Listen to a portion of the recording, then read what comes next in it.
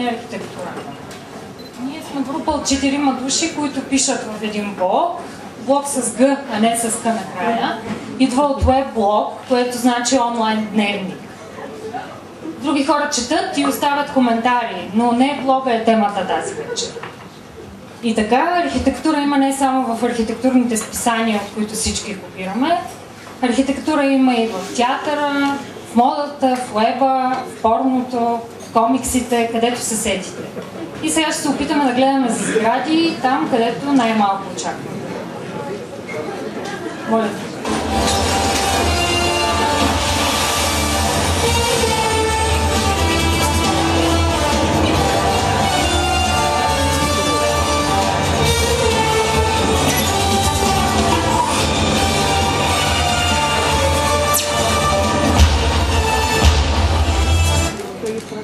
Това са годините, през които излизат всички филми за Джеймс Бонд.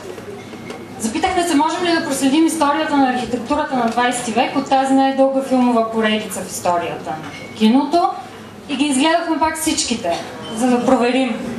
Кой каза, че са наивни возите? И вижте какво открихме.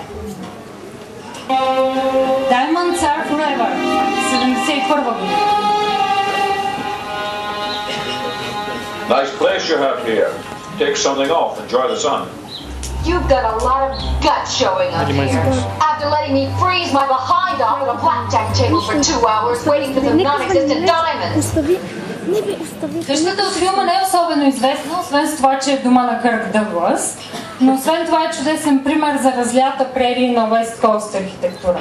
Примерът по-долу пък е класически за стила си, но не от Джеймс Бонд, а от Нойтра. Продължаваме със сцена от същия филм.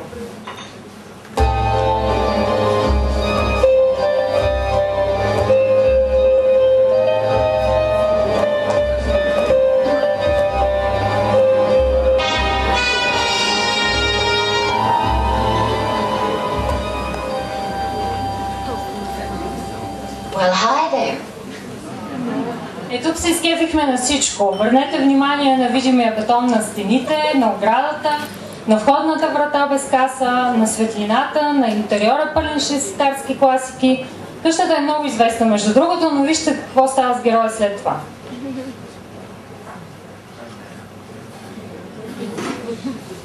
First, we're gonna have a ball.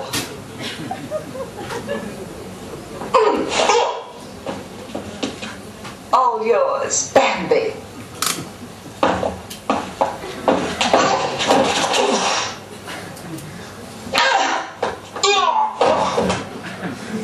Да, къщите на лошите обикновено са много хубави.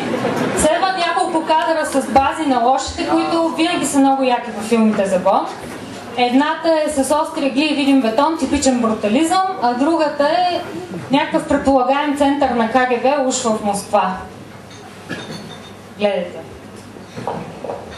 Moonraker, 79-та година.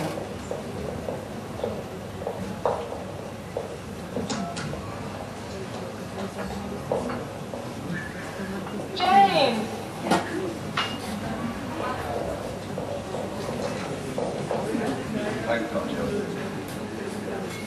The next subject on the agenda. Октопуси, 83-та.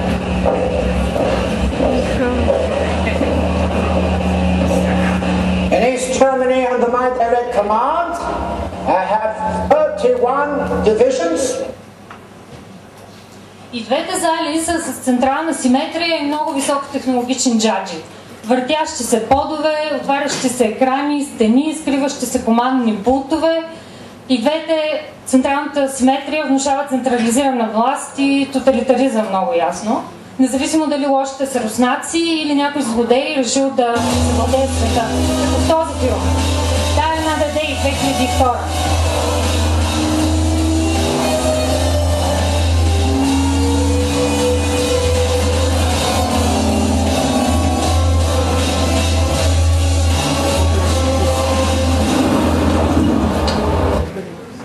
Леденият дворец от Die Another Day си е класическа конструктивна утопия от наше време, нищо че подобни хотели съществуват отвъд полярния кръг и скандинавските страни. Отвън прилича на операта в Сидни, а вътре на концертна зала. Но в същия филм има много качествен хай-тек. Гледайте.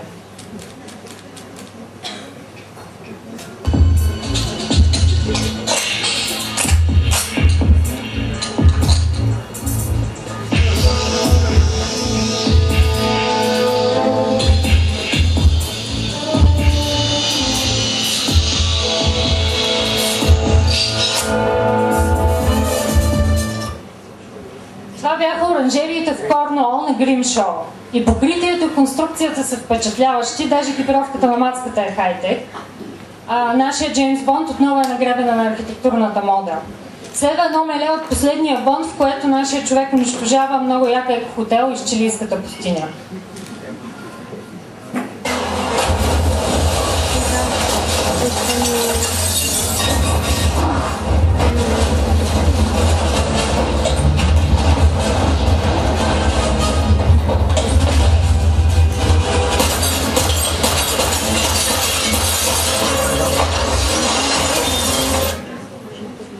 Казват, било да се говори за колите, жените и водка мартинито на Бонд. Но пък е забавно да изгледаш всички филми и да внимаваш между престрелките, краката на жените, Шон Конъри и Даниел Крейг, да не изпуснеш някоя друга сграда. Пробвайте и вие. И не само във филмите за Бонд. В крайна сметка архитектура има на супер много неочаквани места около нас. Благодаря ви!